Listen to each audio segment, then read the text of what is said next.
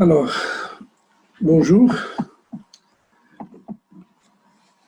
Aujourd'hui, on va s'intéresser à la deuxième séance concernant l'information génétique. Et comme ça a été dit lors de la première séance, cette information génétique, on va l'aborder sous 4 axes. Le premier axe qui a fait l'objet de la première séance est celui de déterminer la localisation de l'information génétique au niveau de la cellule. Le deuxième axe, c'est celui de la transmission. C'est l'axe que nous allons entamer aujourd'hui pour voir ensuite un autre axe qui s'intéresse à la nature de l'information génétique avant de finir avec l'axe de l'expression de l'information génétique, c'est-à-dire l'ensemble des étapes qui permettent le passage depuis l'information génétique jusqu'au caractère observable. En ce qui concerne notre objet d'étude aujourd'hui, c'est de se pencher sur la question de la transmission d'informations génétiques. On sait que les êtres vivants pluricellulaires sont un ensemble de cellules dont le point de départ était une seule cellule, dite la cellule œuf. Donc cette cellule, pour devenir 2 cellules et finir par des millions, voire des milliards, des milliards de cellules, donc il y a l'information génétique qui doit être transmise à ces cellules filles. Parce que nous avons vu lors de la première séance que l'information génétique est localisée au niveau du noyau de la cellule. Et donc ce matériel génétique, il est transmis aux générations cellulaires suivantes. Pour entamer cette partie-là, on va commencer par le montage expérimental qui permet ce genre d'études. Donc il faut choisir des cellules qui sont en pleine croissance pour pouvoir visualiser ce mécanisme et se pencher sur les détails du mécanisme de la transmission de l'information génétique. Le matériel de choix pour ce genre d'études, ce sont les extrémités de racines. Parce que c'est des cellules méristématiques, c'est-à-dire des cellules qui ont un pouvoir méthogène très amplifié. Et donc, on prend soit de l'oignon, de l'ail, on va mettre, comme vous pouvez le constater ici,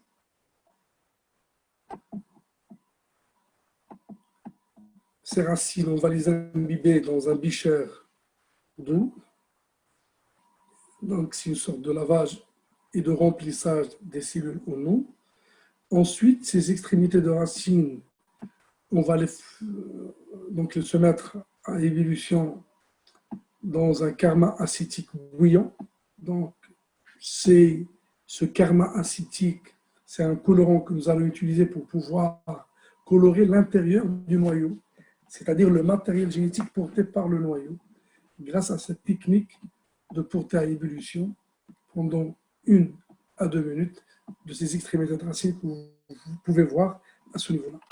Ensuite, on va reprendre ces extrémités-là, on va les mettre entre lame et lamelle, et on va rajouter un peu du karma acétique froid. C'est toujours pour favoriser la coloration de contenu nucléaire de cette technique-là. On va mettre la lamelle et on va appuyer légèrement pour faciliter l'observation microscopique, parce que ce que nous allons voir, c'est ce qui se passe au niveau de chaque cellule, et donc toute cette préparation-là, ce montage-là, va nous permettre de voir ce qui se passe au niveau de chaque cellule, et en particulier au niveau de son noyau, puisque nous avons mis en évidence lors de la première séance que l'information génétique est située au niveau du noyau. Très bien. Passons voir maintenant les résultats de l'observation microscopique. Sur le plan microscopique, voilà notre extrémité de racine, elle est là, avec une coiffe qui protège la racine, et là, ce sont les cellules qui sont en pleine division. Ça, c'est à faible grossissement. Tout ce qu'on peut voir, c'est que le contenu nucléaire il est coloré par le karma acétique que nous avons utilisé à chaud et à froid. Alors, à faible grossissement, donc, les filaments qui se trouvent à l'intérieur du noyau, ils ont absorbé le colorant, et c'est pourquoi on parle de chromatine. Donc le matériel génétique, c'est des filaments nucléaires, c'est des nucléofilaments qui sont capables d'absorber les coulants. C'est pourquoi on va les qualifier dorénavant comme chromatine. À fort grossissement, donc un grossissement de l'ordre de 1200 fois. Là, ça ne dépasse pas 280 fois.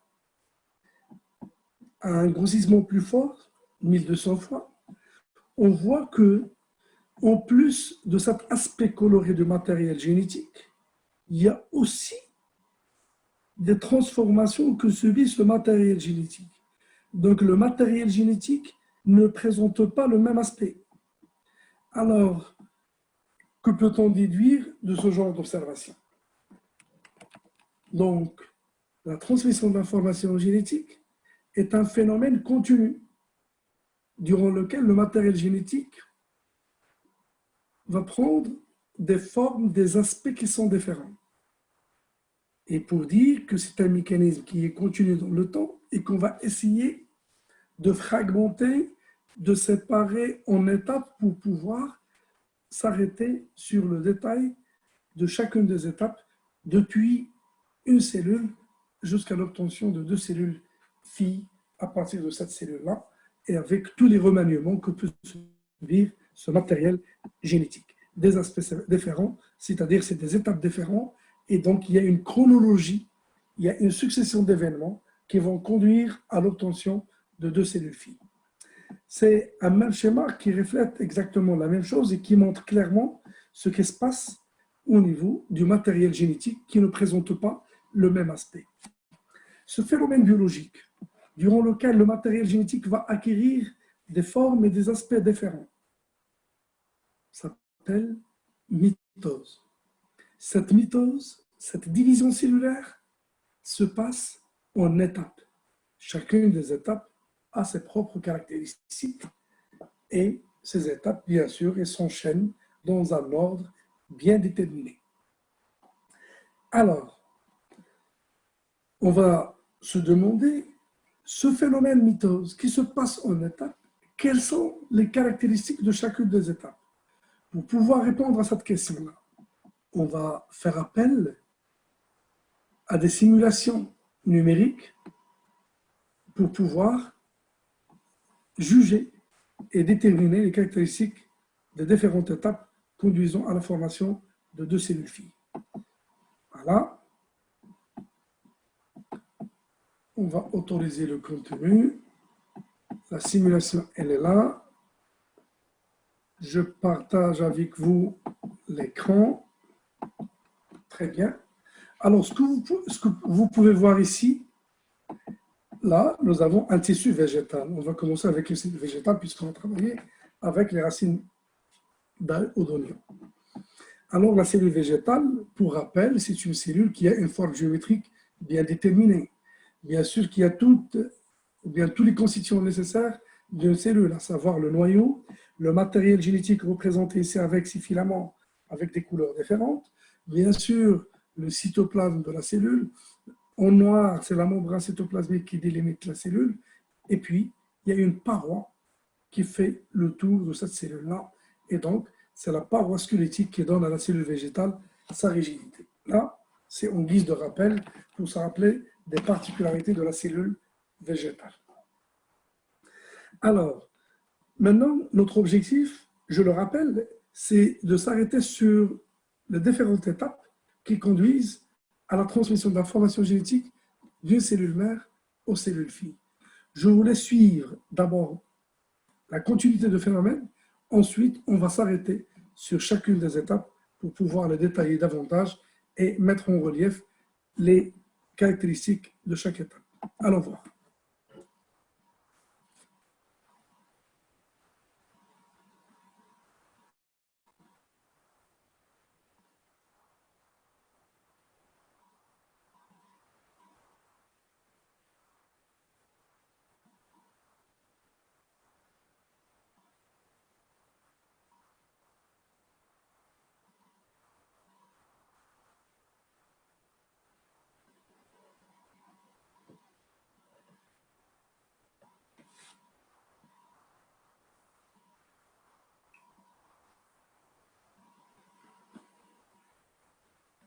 Très bien.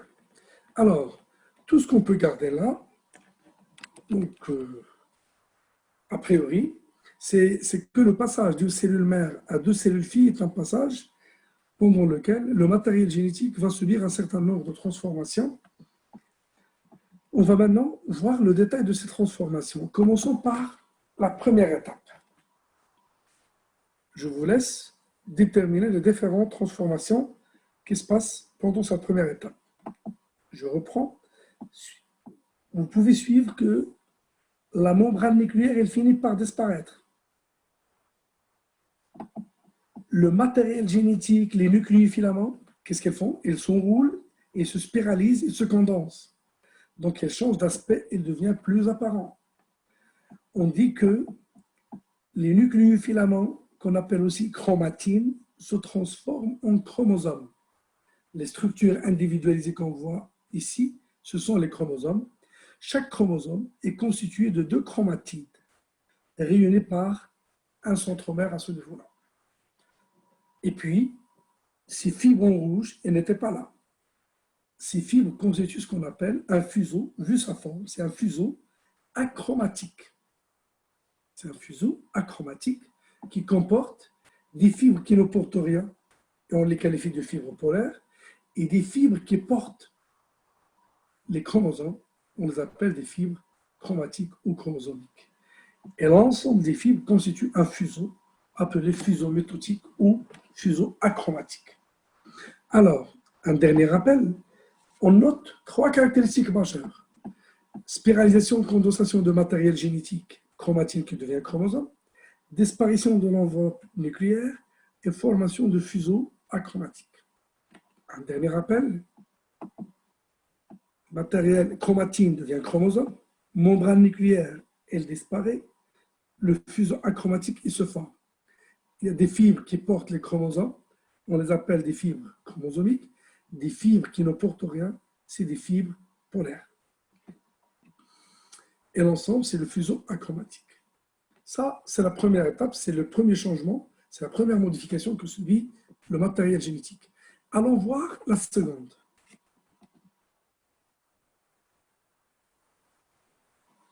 Dans un deuxième temps, le seul changement qu'on peut voir ici, c'est que ces chromosomes qui viennent d'être formés lors de la première étape, elles se positionnent au centre de la cellule et forment une plaque équatoriale. Donc, c'est des chromosomes, c'est le matériel génétique, c'est la chromatine, pardon, sauf qu'il est fortement condensé, il est fortement spiralisé et elle se situe au milieu de la cellule pour former une plaque équatoriale. Donc, on va déposer l'ensemble de matériel génétique fortement condensé au milieu de la cellule. L'étape qui va suivre. Je rappelle que chaque chromosome est constitué de deux chromatides. Et ces deux chromatides, elles sont réunies par un centromère. C'est cette structure au niveau, c'est le point d'attache entre les deux chromatides.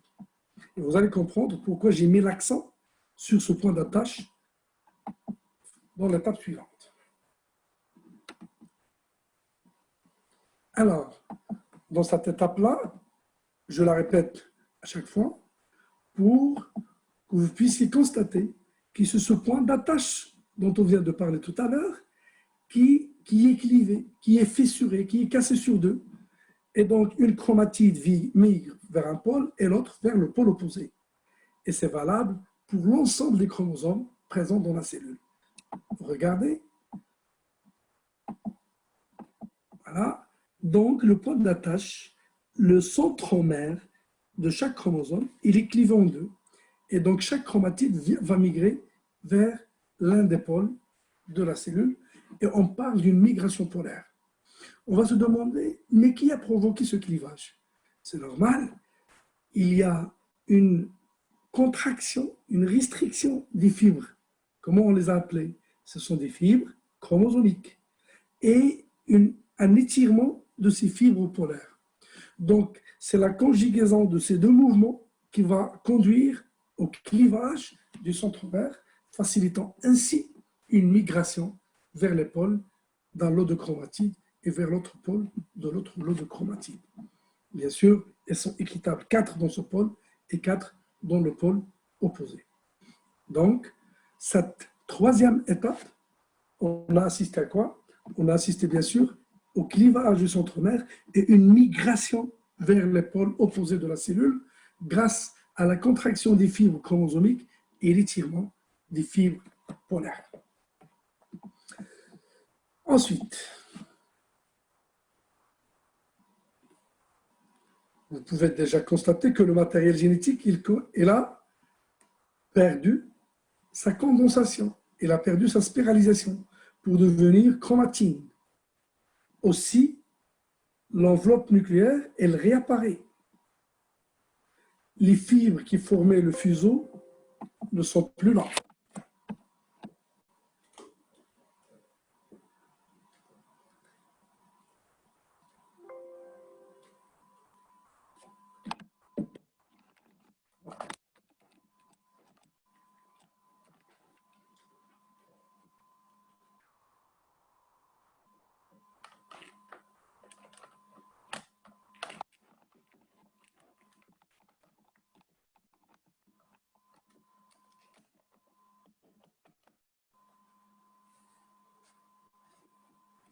Alors, désolé pour ce désagrément. Donc, pour régler ce problème de recharge de batterie. Très bien. Alors, donc, on répète.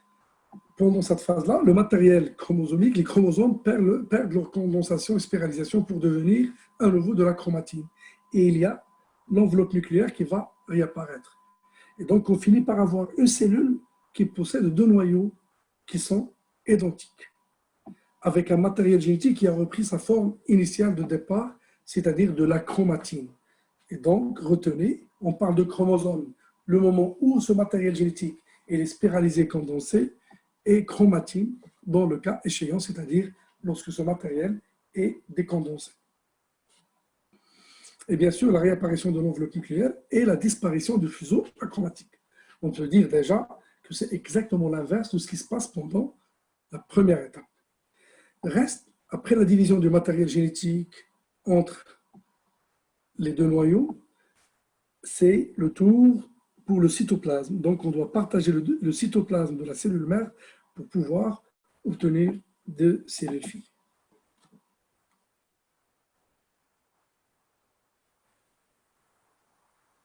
Voilà.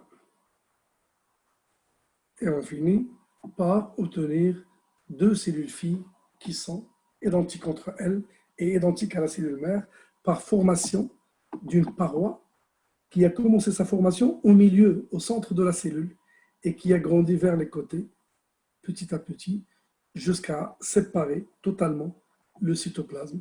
Donc c'est la cytodiarèse, c'est la division du cytoplasme. Après la division du noyau, on va assister à la division du cytoplasme. Alors, donc, le phénomène en question qu'on a qualifié de mitose, c'est-à-dire le mécanisme qui permet la transmission de l'information génétique depuis la cellule mère jusqu'à la cellule fille, ça se passe dans une première étape qu'on va qualifier de prophase, c'est la première phase. Une deuxième étape pendant laquelle, là, c'est la prophase, pour rappel, avec les trois transformations majeures, condensation, apparition du fuseau, disparition de l'enveloppe nucléaire. La métaphase, alignement des chromosomes au centre de la cellule en formant une plaque équatoriale. Et puis, la troisième étape, c'est anaphase, c'est le clivage du centromère et la migration vers les pôles opposés de la cellule. Enfin, une télophase, durant laquelle le fuseau va disparaître, la membrane nucléaire va réapparaître et les chromosomes vont perdre leur condensation pour devenir à nouveau chromatine. Là, nous avons deux noyaux et reste la cytodiarèse pour pouvoir séparer le cytoplasme entre les deux cellules filles. Ainsi, on finit par l'obtention de deux cellules filles qui sont exactement identiques entre elles et identiques à la cellule mère. Donc là, nous avons suivi comment se fait la transmission de l'information génétique chez cette cellule végétale. Très bien. Donc, on va reprendre notre cours. Alors, là, c'est par hasard, je prends cette cellule-là, c'est une cellule qui possède un noyau toujours arrondi, donc il n'a pas encore entamé sa division. Là, on parle d'une interphase, c'est-à-dire c'est une cellule qui n'a pas encore commencé sa division, sa mitose. Là, le matériel génétique commence à être condensé, à devenir condensé. Et là, c'est la prophase. Là aussi, c'est un début de métaphase qui est clair, là, puisqu'on voit les chromosomes alignés au centre de la cellule. Là aussi, c'est une métaphase, sauf que c'est une vue polaire, parce que là, on voit la plaque équatoriale, c'est une vue de face, donc les chromosomes apparaissent comme une plaque, mais là, on les voit se font d'une couronne, parce que c'est une vue aérienne, ce n'est pas une vue de face.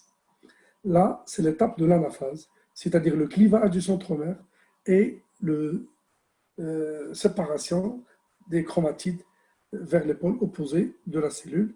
Et là, donc, c'est la fin de l'anaphase et un début de télophase. Et là, on commence à voir la formation d'une paroi au centre qui va grandir vers le côté pour diviser cette cellule en deux cellules filles ayant chacune la même information génétique. Très bien. Alors là, c'est des schémas des différentes étapes et je vous laisse le soin de rédiger à ce niveau-là les différentes caractéristiques. C'est la première étape. Comment on a qualifié la première étape de la mitose? C'est la prophase, tout à fait. Alors, pendant cette prophase, on peut voir que la membrane nucléaire, elle doit disparaître, elle va disparaître. Le fuseau de division, il commence sa formation. Et le matériel génétique, il est en cours de condensation. Il n'a pas atteint encore sa condensation maximale, mais c'est difficile sur un schéma de le montrer. Mais on a vu, grâce à la simulation, grâce à l'animation, comment se fait cette condensation. Alors là, vous allez noter les trois caractéristiques de la prophase, à savoir la spiralisation et condensation de la chromatine au chromosome, l'apparition du fuseau achromatique avec ces deux types de fibres, et puis la disparition de l'enveloppe nucléaire. La deuxième étape, on la qualifie comment? C'est la métaphase. Donc là, c'est la photographie par microscopie. Là, c'est un schéma explicatif qui montre que chaque chromosome est constitué de deux chromatides. Il est constitué de deux chromatides et chaque chromatide est liée à sa sœur grâce à ce centromère, à notre centromère. Donc nous avons 4 chromosomes et qui sont constitués chacun de deux chromatides réunis par un centromère. Ces chromosomes ils sont alignés au centre de la cellule et forment une plaque. On ne voit pas ici une couronne parce que c'est une vue de face. Et donc là, ce qu'on peut noter comme caractéristique majeure de cette étape-là, c'est que les chromosomes deviennent fortement condensés et ils sont alignés au centre de la cellule pour former une plaque équatoriale. Très bien. Là, on va assister à la troisième étape, à savoir l'anaphase, durant laquelle on va assister à un clivage du centromère et la migration des chromatides vers les pôles opposés de la cellule. Donc, c'est l'anaphase. On va assister à une restriction, une contraction des fibres chromosomiques et un étirement des fibres polaires, ce qui permet une migration polaire des chromatides vers les pôles opposés. Donc, clivage du centromère et migration de chaque chromatide vers l'un des pôles de la cellule. Enfin, la télophase, réapparition de l'enveloppe nucléaire. Les chromosomes qui sont monochromatidiens maintenant, ils ne sont plus dupliqués, ils vont perdre leur condensation pour devenir à nouveau de la chromatine. Et puis, disparition du fuseau achromatique et formation d'une paroi qui va partager le cytoplasme entre les deux cellules filles. Donc, je rappelle, ici, vous allez noter exactement l'inverse des caractéristiques de la prophase, à savoir disparition de l'enveloppe nucléaire, plutôt réapparition de l'enveloppe nucléaire, il a disparu en prophase, disparition du fuseau qui est apparu en prophase, et puis décondensation, désenrôlement des chromosomes pour devenir chromatine à nouveau. Donc, ce sont les étapes de la mitose chez la cellule végétale. Donc, c'est légitime de se demander, est-ce que c'est la cellule animale? ça se passe de la même façon. Donc, on va voir pour pouvoir répondre à cette question. Alors là, nous avons des observations microscopiques de cellules animales qui a fait sa division cellulaire par mitose. On voit que le matériel génétique, effectivement, elle présente des aspects qui sont différents selon les mêmes étapes qu'on vient de voir avec la cellule végétale, avec un noyau qui a perdu sa forme arrondie, avec un matériel génétique qui est en cours de condensation, pour parler de la prophase, un matériel génétique qui est aligné au centre de la cellule pour faire de cette phase la métaphase. Et ensuite, c'est le partage des chromatides entre les pôles opposés de la cellule, c'est l'anaphase, pour finir avec la formation de deux cellules filles, c'est la télophase. Mais est-ce qu'il n'y a pas de différence? Donc, là aussi, on va faire appel à une autre simulation pour pouvoir visualiser ce qui se passe au juste au niveau de la cellule animale et voir est-ce qu'il y a des différences ou pas. Alors, je vous laisse, comme d'habitude, voir l'animation dans sa totalité et on va s'arrêter par la suite sur le détail.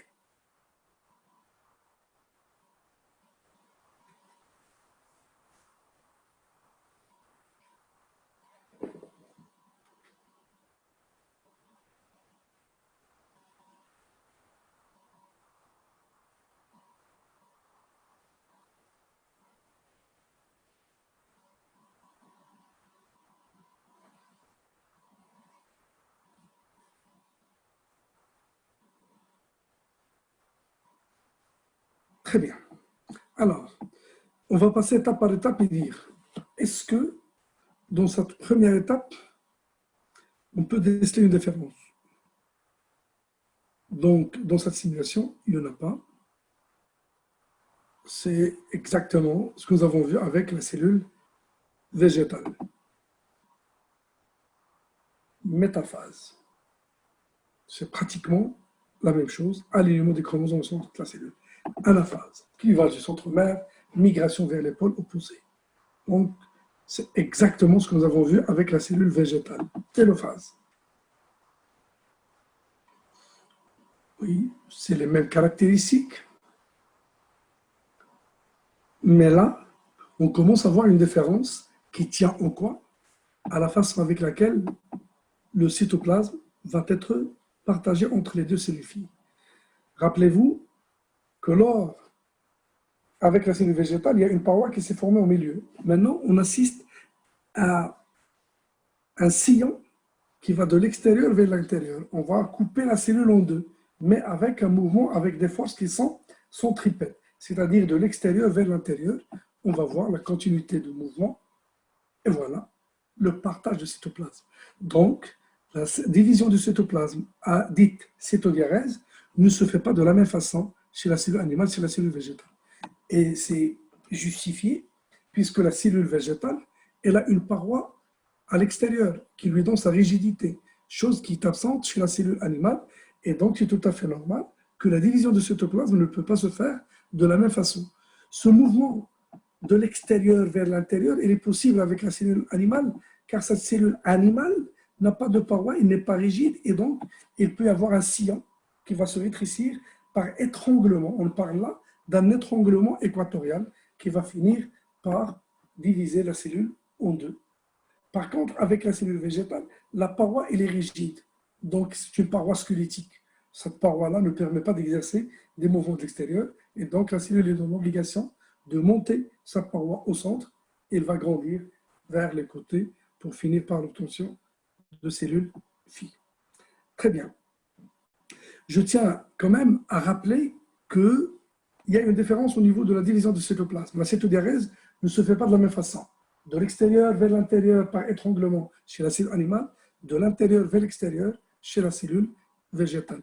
Il y a aussi une différence qu'on, malheureusement, on ne peut pas voir dans cette animation-là qui tient au point organisateur au niveau desquels se forme le fuseau achromatique. Là, ce qu'on va trouver, c'est des astères. Par contre, chez la cellule végétale, Ce qu'on trouve ici, c'est des calottes.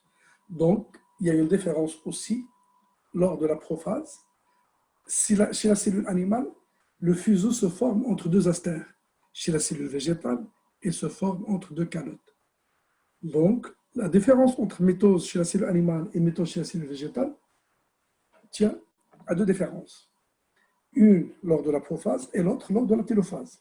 La première, ce sont les points ou bien les centres organisateurs autour desquels vont se greffer les fibres du fuseau. Ce sont les astères chez la cellule animale et les calottes chez la cellule végétale. Et la deuxième différence, elle tient à la façon avec laquelle le cytoplasme va être divisé entre les deux cellules filles. Est-ce que par un étranglement, c'est le cas de la cellule animale, ou par formation d'une paroi au centre de la cellule qui va grandir vers les côtés? Très bien. On va reprendre notre diaporama avec ces structures, ces cellules qui schématisent exactement ce qu'on vient de voir. Ce n'est pas la peine de se répéter, mais vous pouvez voir, c'est la prophase avec une membrane nucléaire qui est déchiquetée, qui va disparaître, un matériel génétique en condensation et un fuseau qui est en train de se former. Et là, nous avons l'astère. Ça, c'est un astère. Et là, c'est un autre astère. Entre les deux vont s'étaler les fibres qui forment le fuseau achromatique. On ne trouve pas ces astères chez la cellule végétale, on trouve des calottes polaires. Là, c'est la métaphase, aucune différence, alignement. Donc, c'est des schémas simplifiés qui nous expliquent exactement les étapes de la mitose chez la cellule animale, avec en télophase un sillon de division qui va provoquer un étranglement à ce niveau-là. Donc, il y a une différence en prophase, c'est les centres organisateurs, formation du fuseau. Il y a une différence en télophase, c'est la façon avec laquelle le cytoplasme va être divisé entre les deux cellules. On va essayer un lien si jamais ça fonctionne. C'est celui en ligne pour pouvoir visualiser l'origine de l'astère. C'est une structure spéciale, voilà. Ça marche. C'est une cellule animale qui est en train de faire sa division. Et là, on voit comment les fibres se forment, le clivage. On va assister au clivage du centromère. Alors, on vient ici pour voir, ça c'est le centriole. Ça c'est cette structure-là qui est à l'origine de l'astère. On trouve un centrosome, c'est un organisme, c'est un élément constitutif et particulier de la cellule animale qui se divise en deux centrioles. Et chaque centriole migre vers un pôle pour déclencher la formation du fuseau et donc la formation d'astère. Alors, on va reprendre. Donc, c'était juste pour vous dire qu'il y a une structure spécifique à la cellule animale et qui est responsable. Voilà. Très bien. Donc, j'espère que tout le monde arrive à suivre sans problème. Très bien. Alors, cellules animales, cellules végétales font la mitose presque de la même façon avec deux différences près. Une en prophase et l'autre en télophase. Alors, pour finir, une cellule, avant d'entamer sa division, elle doit passer par une période de préparation. Ben, c'est tout à fait normal. Parce que pour dire que les cellules filles sont identiques entre elles et sont identiques à la cellule mère, donc une cellule, c'est normal, c'est là une quantité quelconque. On va l'appeler X. Les deux cellules filles doivent avoir chacune la même quantité X. Et donc la cellule mère, pour pouvoir donner ça, elle doit doubler sa quantité de matériel génétique. Donc X doit devenir 2 fois X. Et pour pouvoir donner après mitose, deux cellules ayant chacune la même quantité X d'ADN. De la même façon pour l'aspect du matériel génétique. La cellule mère, elle possède un nucléofilament, elle est là. Ce nucléofilament, elle doit doubler, puisque la quantité double, donc même l'aspect du filament, elle va doubler. Donc, au lieu d'une chromatine simple, on va obtenir une chromatine dupliquée. Et là, c'est le centromère, c'est le point d'attache entre les deux chromatides. Donc, ces étapes-là, durant lesquelles la cellule duplique l'aspect de la chromatine, double la quantité de matériel génétique, augmente son volume, c'est normal, le volume doit aussi accompagner, ça s'appelle une interphase. C'est la plus longue étape de la préparation du cycle de vie de la cellule.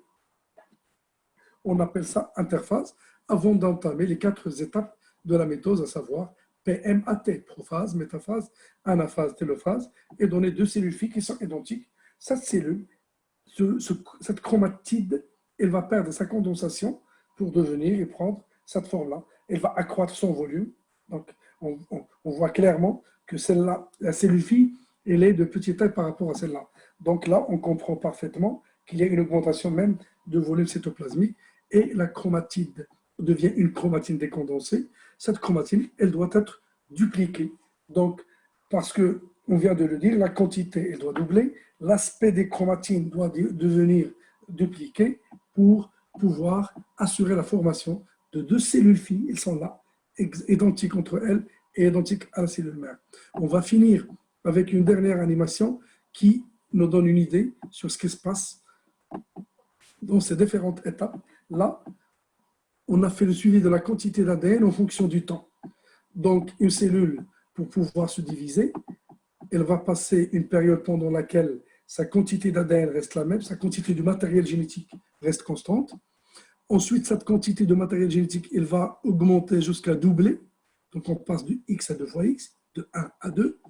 Elle va rester constante à nouveau avant d'entrer dans cette partie colorée en bleu et en vert. Ce sont les étapes de la division cellulaire et finir par l'obtention de 2 cellules filles. Alors, nous avons, avant d'entamer cette partie colorée en vert, en bleu et en vert, qui est la mitose, la cellule passe une longue durée de préparation. Cette longue durée de préparation est qualifiée d'interphase. Alors, on démarre avec une cellule qui a une quantité X, une quantité 1. On finit par obtenir 2 cellules qui ont cette même quantité 1 à la fin. Et donc, on a établi un cycle qu'on va qualifier de cycle cellulaire. Un cycle cellulaire parce que notre point de départ est le point d'arrivée. Donc, on part de 1 et on finit par 1. Comment? Ce 1 va doubler pendant une étape d'interphase. Ensuite, une phase de croissance pour une division à la fin et l'obtention de 2 cellules filles qui sont identiques entre elles, identiques à la cellule mère.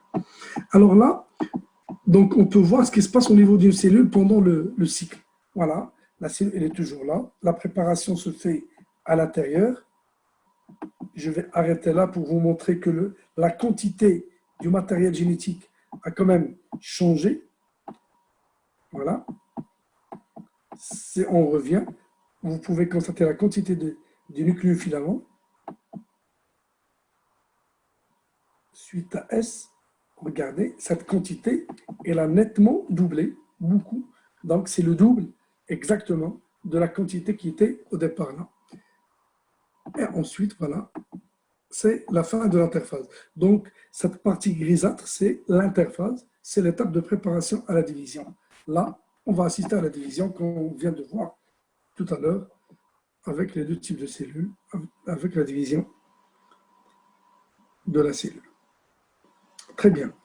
Alors, là, on va se pencher sur ce qui se passe au niveau du nucléofilament, de la chromatine. Elle est simple. Au début, voilà, un nucléofilament qui est simple. Il n'est pas condensé, il n'est pas dupliqué.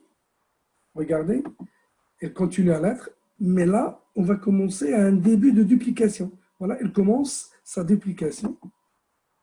Voilà, pendant cette phase-là, elle devient totalement dupliquée. Et là, c'est le point d'attache, c'est le centromère qui attache les 2 chromatides. Et voilà, pendant prophase et métaphase, condensation maximale, et puis clivage pendant l'anaphase et migration vers les pommes. Et donc, au niveau de chaque cellule, on aura donc la même quantité de matériel génétique dans le même état de départ et c'est pourquoi on parle d'un cycle cellulaire. Ainsi prend fin cette séquence. J'espère que vous avez pu suivre avec beaucoup d'attention ce qu'on vient d'expliquer comme mécanisme de transmission de l'information génétique. Je vous remercie pour votre attention et à la prochaine séance. Inch'Allah. Salam alaikum.